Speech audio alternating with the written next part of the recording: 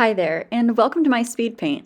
Today, I'll walk you through the process of this painting, the basics of digital art, a little bit about my personal art journey, and especially why I think digital art is so important to the field of new media. So right off the bat, you can see that I've got several layers already going right here. I've already put down my flat colors and have started to blend. I'll go over what the different layers look like when they're in isolation in just a second. But for now, I just wanted to clarify that the reason that the painting looks like it's half done already is because I ended up having some problems whenever I was first trying to record this video. This whole entire painting has been a learning experience for me. I've never tried to draw realistically digitally before, and I haven't even tried to blend with digital brushes before this. So we'll go ahead and get started. Here you can see that I'm turning off one layer at a time. So here you can see all of my flat colors on the base, and I've turned off the lines that I did for my nose. Here are the lines for the septum, and you can tell that I've isolated the deepest shadows and the brightest highlights. Here I'm turning off the highlights for the tip of the nose and the lips. And then I did my septum piercing separately than the rest of the layers because I didn't want them to get mixed up. And just for context, this picture is actually a picture of one of my good friends, Melanie. And I decided that I wanted to draw her because I'm very familiar with the shape of her facial features and their general dimensions. However, as you can see, the lips are what I started with first, and they're already a little bit smaller. Also, right now I'm showing you the general sketch and outline that I did first. Unfortunately, right around this time, my stylus started lagging, and I had no idea why. I use a Huion H610 Pro, which means the nib that it comes with is replaceable, which is what I just did above.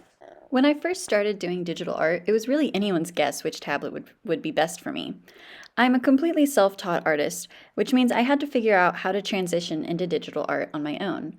I've been through several different drawing programs on 2 different computers, and it was only after I got my current laptop that my software was even new enough to run the Huion program. As much as I love traditional art, in today's world, it's really difficult to be regarded as a serious artist or to keep up with the times unless you do start that transition into digital art. Beyond that, proficiency in creative new tech can open a lot of doors. It can give you new pathways in marketing and advertising, a leg up in modern design, and it has consistently helped put me ahead in projects just like this one. But back to the painting. This part was kind of tricky because the textures of her actual skin, her eyeball, and the eyebrow that's going to go above were all really different. And I had a hard time picking a brush that would be just the right texture.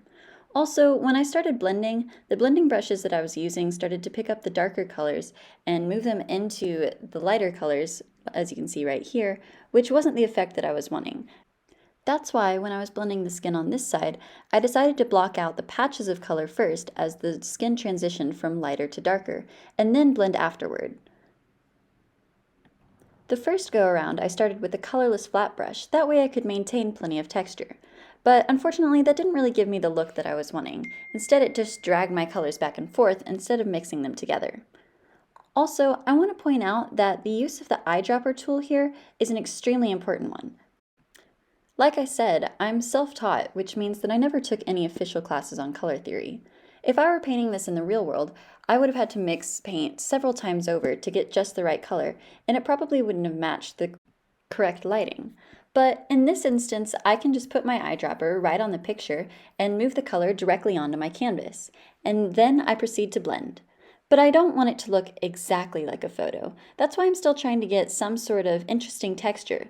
That's why here I'm going in with the colorless soft brush. I could have done the same thing with an airbrush tool and achieved a similar effect, but with the airbrush, if you overdo it, it does tend to look too photoshopped, which is an effect that we want to avoid. Here, you can see that I'm using the Smudge Flat Bristle Brush 3, which is actually giving me a pretty good texture, and it's blending my colors nicely. But later down the line, it does start to pick up my lights a little too much. So I'm going to go back to using the airbrush in just a second.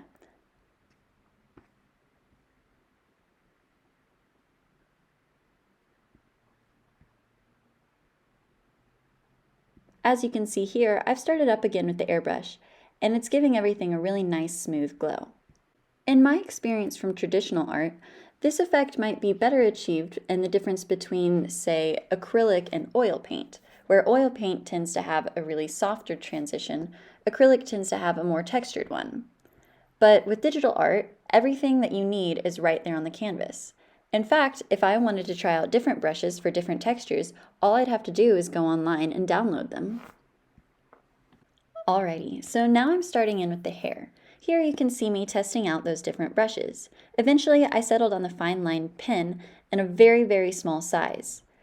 Another cool aspect of digital art is that you can get as detailed as you could possibly imagine as long as the pixel size of your canvas is big enough, and even that can be adjusted even after you start the painting. You also might notice that it looks like we skipped a few steps. Melanie's left eye is done, and so are both of her eyebrows. Unfortunately, the program that I decided to use to record this video was something that I downloaded off of the Google Chrome store.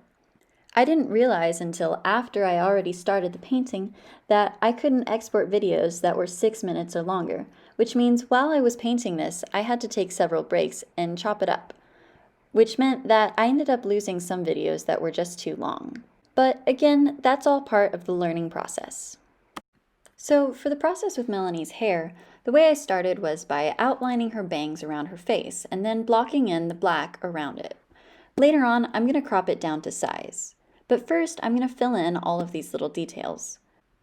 I could have started by using the paint bucket tool to fill in all of these little details, but for one thing, I am trying to keep these layers separate, so I would have had to outline them all anyway, which is difficult when they're that small.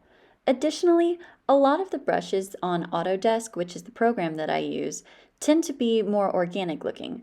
The way this look is achieved is by having the edges of the brush be at a lower opacity, which means that when the paint bucket is filled in, it leaves those lower opacity areas sort of blank, which means that I would have to go back over for a third time with a brush to fill it in. For me, it's easier to just do it all at once by hand. Like I mentioned earlier, the paint program that I use is called Autodesk Sketchbook. One of the cool things about it is that it's completely free. It also has a really organic layout, a wide brush library, and an extremely customizable interface, which means that it's really intuitive to use. Unfortunately, one of Autodesk's biggest drawbacks is that it doesn't have a brush stabilizer, and that it has a relatively limited tool set, especially when compared to Photoshop. In general, though, one of the biggest differences between traditional art and digital art is the use of layers. Layers make a huge difference in the amount of control you have over a painting. Not only can you move them around and make something that was once on top of the painting at the very bottom, but you can also delete entire layers and apply effects that change the look of the entire thing. For example, at the end of this painting, I changed the top layer to glow, which makes all of the highlights across the painting literally glow in a way that normal paint won't be able to achieve, especially when it's applied at the very end. Another good example of the use of layers is what I've done on screen here. The section of the painting that's in green is the part where I've decided that I should erase, but I've done it in a separate layer so that way I won't ruin the original layer. Later on, I'll lower the opacity and then go back to the skin-colored layer and erase it there. That way I can see what I'm doing the whole entire way. Here you can watch me fine-tune the details. I want to get it correct the first time because it's a lot easier to erase things than it is to go back and add more color. Next, as you can see, I've gone in and I've started to do the background. For this, I started with an airbrush, but I didn't feel like the texture was quite right. I spent a while trying to figure out if I should blend more and if I should try and make it look more realistic like skin. But I didn't want the background to be the same color as her face because I felt that it would draw focus away from her eyes. For a while, I went back and forth between using my fan brush and my conceptual brush. But in the end, I decided that it wasn't really that big of a deal because it was going to be faded out anyway. Now we're on to those last steps. I'm using the layer filter Glow here while still using a color that's technically the same color as Melanie's hair. But when applied on top, it turns a bit of a blue color. I went ahead and cropped the photo so that we can see what it's going to look like in the end, and I try out several different brushes to see what I want to do for the highlights. All we have left to do are those finishing touches that really make it. Before I show Melanie this picture, I want to go back and change the size of her mouth, as well as alter the shape of her right eye. I just didn't have time for that today. I think in the end, the painting came out pretty well, especially for something that was so experimental. Well, that's about all I have for today. Thank you guys so much for watching my video, and I hope it was informative. And don't forget to always stay creative.